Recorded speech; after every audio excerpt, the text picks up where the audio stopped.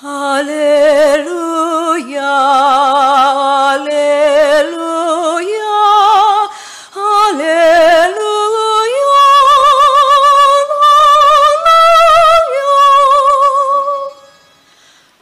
Haleluya, haleluya, haleluya, haleluya. Engkau adalah Petrus, dan di atas wadas ini aku akan mendirikan jemaatku, dan Allah maut tidak akan menguasainya. Haleluya, haleluya, haleluya, haleluya.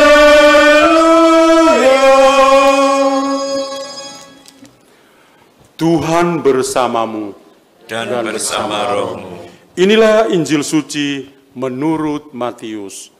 Muliakanlah Tuhan. Sekali peristiwa, Yesus tiba di daerah Kaisarea Filipi. Ia bertanya kepada murid-muridnya, kata orang, siapakah anak manusia itu? Jawab mereka, ada yang mengatakan Yohanes Pembaptis, ada juga yang mengatakan Elia, dan ada pula yang mengatakan Yeremia atau salah seorang dari para nabi. Lalu Yesus bertanya kepada mereka, tetapi apa katamu? Siapakah aku ini? Maka jawab Simon Petrus, engkau adalah Mesias, anak Allah yang hidup. Kata Yesus kepadanya, berbahagialah engkau Simon bin Yunus, sebab bukan manusia yang menyatakan itu kepadamu, melainkan Bapa-Ku yang di surga. Dan aku pun berkata kepadamu, engkaulah Petrus, dan di atas batu karang ini akan kudirikan jemaatku, dan alam maut tidak akan menguasainya. Kepadamu akan kuberikan kunci kerajaan surga. Apa saja yang kau ikat di dunia ini akan terikat di surga, dan apa saja yang kau lepaskan di dunia ini akan terlepas di surga. Lalu Yesus melarang murid-muridnya untuk memberitakan kepada siapapun bahwa dialah Mesias. Demikianlah sabda Tuhan. Terpujilah Kristus. Ibu bapa, saudara-saudari, umat Allah yang saya kasih dalam Kristus. Mengawali perayaan Ekaristi pada hari Minggu biasa yang ke-21, saya mengatakan bahwa hari ini hari yang istimewa karena Tuhan Yesus juga menyapa kita dengan dua buah pertanyaan. Kata orang, siapakah anak manusia itu? Dan yang kedua, menurut kamu, siapakah aku? Sebelum masuk ke sana, saya coba untuk membawa kita masuk dalam ketiga bacaan yang tadi kita dengar begitu indah. Di bacaan yang pertama, kita mendengar dua sosok penting. Ada Shebna dan ada Eliakim, anak dari Hilkia. Shebna ini bekerja sebagai pegawai atau pembantu di istana raja. Tetapi dia punya satu titik kelemahan. Titik kelemahannya adalah dia sombong. Karena itu Tuhan lalu menegur dia dengan keras.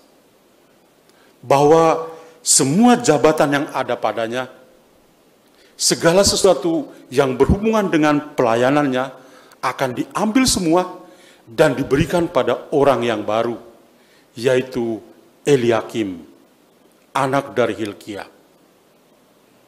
Dan sejak saat itu, ya, Shebna kehilangan pekerjaannya, dan Eliakim mendapat penugasan baru. Kita bisa membayangkan dua sosok ini secara manusiawi pasti bertentangan satu sama lain. Satu sudah di zona nyaman, tiba-tiba kekuasaannya diangkat, dicabut semuanya, diberikan pada orang lain. Secara manusiawi, lagi-lagi pasti berat untuk Shebna. Tetapi Eliakim itu seorang yang patuh kepada kehendak Tuhan. Karena itu dia taat pada apa yang Tuhan mau. Dua sosok ini juga masuk dalam pengalaman kita. Mungkin kita bertanya, kenapa bisa seperti itu? Bacaan kedua, tadi kita dengar dari tulisan Santo Paulus memberi jawaban pada kita. Segala sesuatu berasal dari Allah, ada karena Allah, dan menuju kepada Allah. Tuhan Allah yang punya kuasa. Dia yang memberikan segalanya, dan dia juga yang punya kuasa untuk mengambil itu dari kita. Lalu dalam bacaan Injil tadi kita mendengar juga ada sosok-sosok lain, yaitu para rasul yang diwakili oleh Simon Petrus, dan ada sosok Yesus sendiri. Kita mendengar kisah yang sangat menarik. Yesus bersama para muridnya meninggalkan Galilea dan menuju ke satu tempat yang disebutkan dalam Injil, Kaisarea Filipi. Pada saat ini, Kaisarea Filipi itu dikenal dengan nama Banias. Banias itu letaknya sekitar 40 km dari Danau Galilea. Dan Banias itu terkenal karena apa? Karena dia berada di kaki Gunung Hermon, dan disitulah mata air dari Sungai Yordan itu dari situ. Ya. Dan Tuhan Yesus bersama dengan para muridnya pergi menyendiri di situ. Katakanlah, Tuhan Yesus punya quality time bersama para muridnya. Dan ketika mereka sendirian di situ, Tuhan Yesus bertanya kepada mereka dengan dua pertanyaan yang tadi sudah saya sebutkan. Pertanyaan yang pertama itu sangat gampang. Ketika ditanya, apa kata orang? Siapakah anak manusia? Kata orang mah gampang sekali. Oh, ada yang mengatakan Anda itu Yohanes Pembaptis. Kenapa Yohanes Pembaptis? Karena para murid itu kebanyakan dari mereka adalah murid-murid dari Yohanes Pembaptis. Karena itu, mereka tidak akan lupa pada maestro mereka, guru mereka. Lalu yang kedua, nama Elia disebutkan. Kenapa Elia? Orang Yahudi tulen itu berpikir bahwa Elia itu akan datang untuk menyiapkan kedatangan Sang Mesias. Lalu yang ketiga, Yeremia. Kenapa Yeremia? Yeremia itu suaranya sangat vokal. Kritik sosial dia berikan.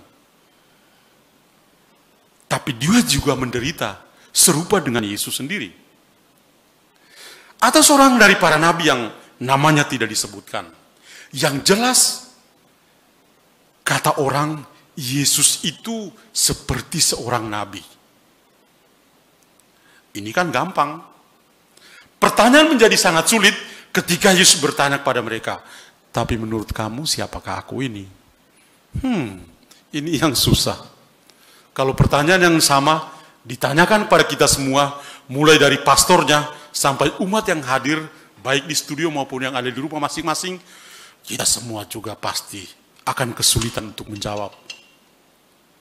Para murid Yesus yang setiap hari bersama dengan Yesus juga sebetulnya kesulitan. Simon Petrus itu dengan kuasa dari Bapa bisa memberikan jawaban yang tadi kita dengar. Engkau adalah Mesias, anak Allah yang hidup. Dan Yesus memberikan jempol kepada dia. Sambil mengatakan, itu bukan dari kamu, tapi dari Bapa. Dan sebagai hadiah, diberikan pada Simon, dia bertransformasi. Tuhan mengubah dia. Dari Simon menjadi Kefas. Dari Simon menjadi Petrus, menjadi Wadas. Bahkan Tuhan menambahkan, dan di atas Wadas ini saya dirikan jemaat saya. Dan kunci kerajaan pun diberikan kepadanya. Saudara-saudariku, 3 bacaan yang sangat bagus ini pada hari Minggu biasa ke-21 mau mengatakan apa kepada kita? Saya punya 3 hal yang mau saya bagikan. Yang pertama, transformasi. Kata ini penting sekali karena menghiasi ketiga bacaan ini. Transformasi dialami oleh Eliakim yang tadi biasa-biasa menjadi luar biasa. Transformasi bisa dialami oleh setiap orang yang percaya kepada Tuhan. Karena kita tidak mampu mengalami pikiran-pikiran Tuhan. Itu dalam bacaan yang kedua.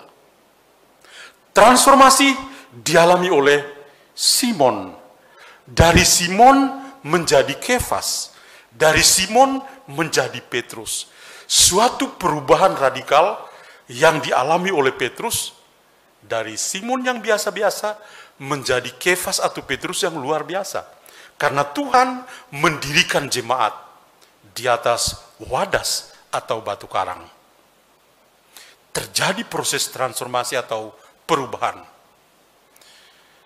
Poin pertama ini memanggil kita untuk menyadari bahwa hidup Kristiani kita itu berkenan pada Tuhan, ditandai dengan proses transformasi yang terus-menerus di dalam kehidupan kita. Dalam bahasa yang lain, transformasi itu berhubungan dengan perubahan yang radikal atau pertobatan atau metanoia di dalam hidup kita. Simon diubah menjadi Petrus. Perubahan inilah yang membuat Simon menjadi baru. Bukan lagi Simon, tapi menjadi batu Wadas, menjadi Kefas.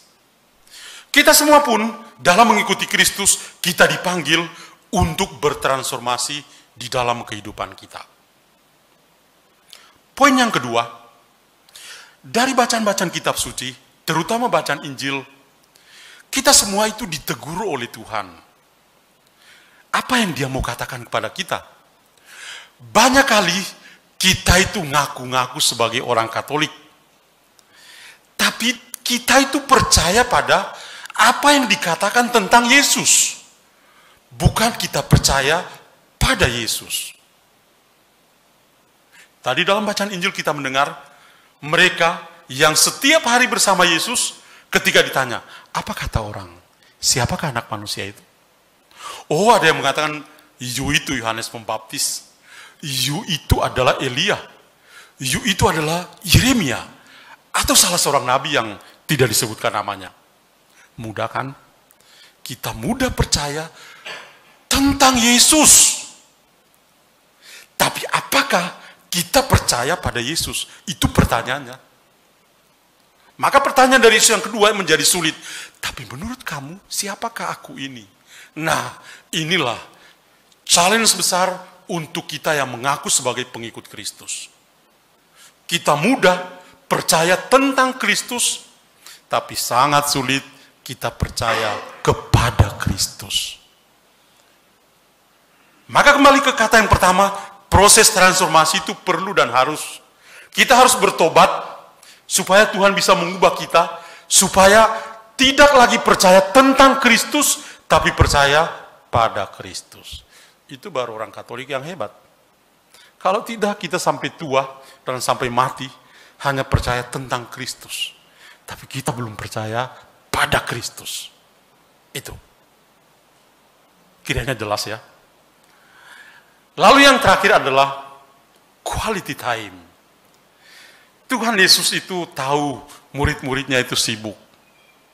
Setelah dia utus mereka pergi, dan ketika mereka kembali, dia panggil mereka, ayo, kita ke tempat yang jauh dari markas mereka di Galilea. 40 kilo itu tidak gampang loh. 20 mil atau 40 kilo, waduh jauh. Dan ketika mereka pergi dan menyendiri, disitulah Tuhan Yesus berbicara dari hati ke hati dengan mereka. Fokus perhatian saya pada poin ketiga adalah Yesus bicara dari hati ke hati. Menurut kata orang, siapakah aku? Menurut kamu, siapakah aku? Yesus punya waktu untuk bicara. Dan dia juga punya waktu untuk mendengar. Saudara-saudariku, yang namanya quality time itu tidak gampang. Apalagi zaman ini. Sulit sekali. Banyak orang itu kesepian di rumah sendiri. Di tengah keramaian keluarga. Karena tidak ada yang menyapa. Orang pada sibuk sendiri dengan apa? Dengan layar HP-nya. Sibuk dengan gadgetnya. Dan lupa untuk membangun komunikasi atau punya waktu untuk bisa bicara dan mendengar di dalam keluarga.